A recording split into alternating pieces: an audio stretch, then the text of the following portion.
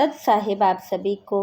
आज के इस वीडियो में हम सुनेंगे भगवद गीता अध्याय 4 का महात्म्य अर्थात महत्व।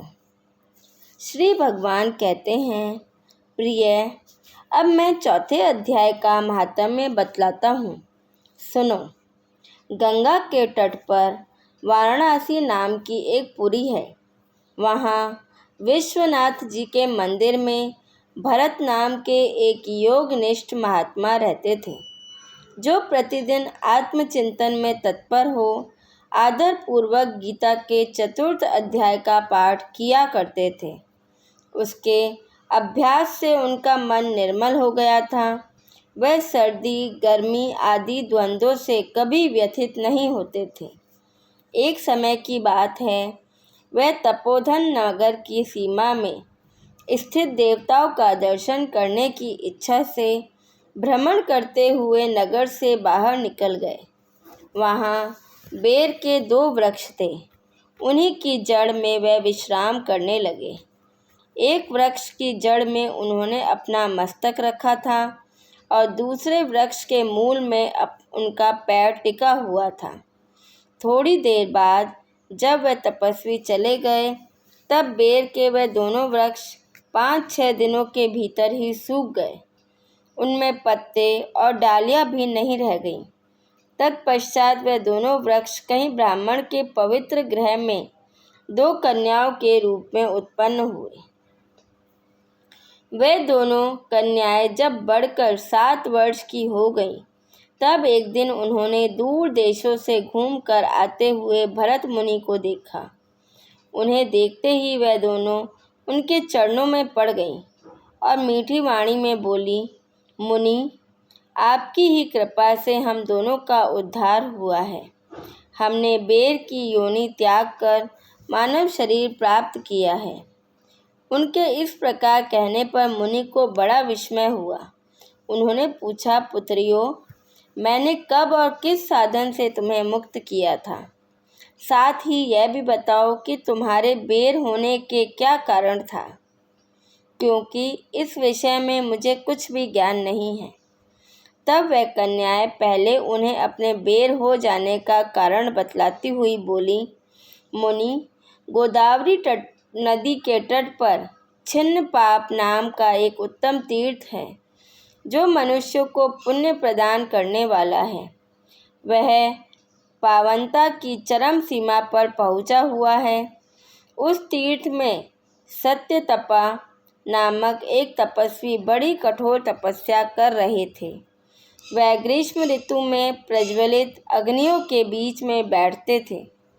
बारिश के समय में जल की धाराओं से उनके सिर के बाल सदा भीगे ही रहते थे तथा जाड़े के समय में जल में निवास करने के कारण उनके शरीर में हमेशा रोंगटे खड़े रहते थे। वह बाहर भीतर से सदा शुद्ध रहते, समय पर तपस्या करते तथा मन और इंद्रियों को संयम में रखते हुए परम शांति प्राप्त करके आत्मा में ही रमण करते थे। वह अपनी विद्वता के द्वारा जैसा व्याख्यान करते थे, उसे सुनने के लिए साक्षात ब्रह्मा जी भी प्रतिदिन उनके पास उपस्थित होते और प्रश्न करते थे। ब्रह्मा जी के साथ उनका संकोच नहीं रह गया था, अतः उनके आने पर भी वह सदा तपस्या में मग्न रहते थे। परमात्मा के ध्यान में निरंतर संलग्न रहने के कारण उनकी तपस्या सदा बढ़ती रहती थी।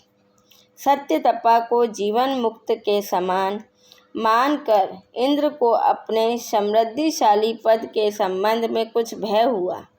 तब उन्होंने उनकी तपस्या में सैकड़ों विघ्न डालने आरंभ किए। अप्सराओं के समुदाय से हम दोनों को बुलाकर इंद्र ने इस प्रकार आदेश दिया, तुम दोनों उस तपस्वी की तपस्या में विघ्न डालो, जो मुझे इंद्र पद से हटाकर स्वयं स्वर्ग का राज्य भोगना चाहता है। इंद्र का ये आदेश पाकर हम दोनों उनके सामने से चलकर गोदावरी के तीर पर, जहाँ वह मुनि तपस्या करते थे, आई वहाँ मंद और गंभीर स्वर में बजते हुए मृदंग तथा मधुर वेणुनाद के साथ हम दोनों ने अन्य अप्सराओं सहित मधुर स्वर में गाना आरंभ किया। इतना ही नहीं, उन योगी महात्मा को वश में करने के लिए हम लोग स्वर, ताल और लय के साथ नृत्य भी करने लगी। बीच बीच में जरा जरा सा अंचल खिसकने पर उन्हें हमारी छाती भी दिख जाती थी। हम दोनों की उन्मत्त गति काम भाव को जगाने वाली थी, किंतु उसने उन निर्विकार चित्त वाले महात्मा के मन में क्रोध का संचार कर दिया।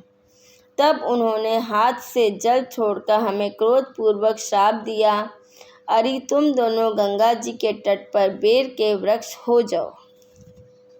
यह सुनकर हम लोगों ने बड़ी विनय के साथ कहा, महात्मन, हम दोनों पराधीन थीं, अतः हमारे द्वारा जो दुष्कर्म बन गया है उसे आप क्षमा करें। यह कहकर हमने मुनि को प्रसन्न कर लिया। तब उन पवित्र चित्त वाले मुनि ने हमारे श्राप उद्धार की अवधि निश्चित करते हुए कहा, भरत मुनि के आने तक ही उसके बाद तुम लोगों का मृत्यु लोक में जन्म होगा और पूर्व जन्म की स्मृति बनी रहेगी। मुनि, जिस समय हम दोनों बेर वृक्ष के रूप में खड़ी थी, उस समय आपने हमारे समीप आकर गीता के 4 अध्याय का जप करते हुए हमारा उद्धार किया था, अतः हम आपको प्रणाम करते हैं। आपने केवल श्राप ही से नहीं, इस भयंकर संसार से भी गीता के 4 अध्याय के पाठ द्वारा हमें मुक्त कर दिया।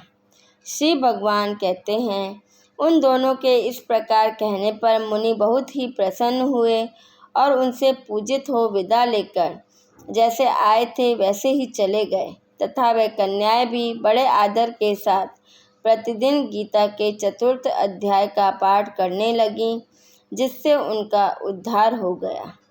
सत साहिब।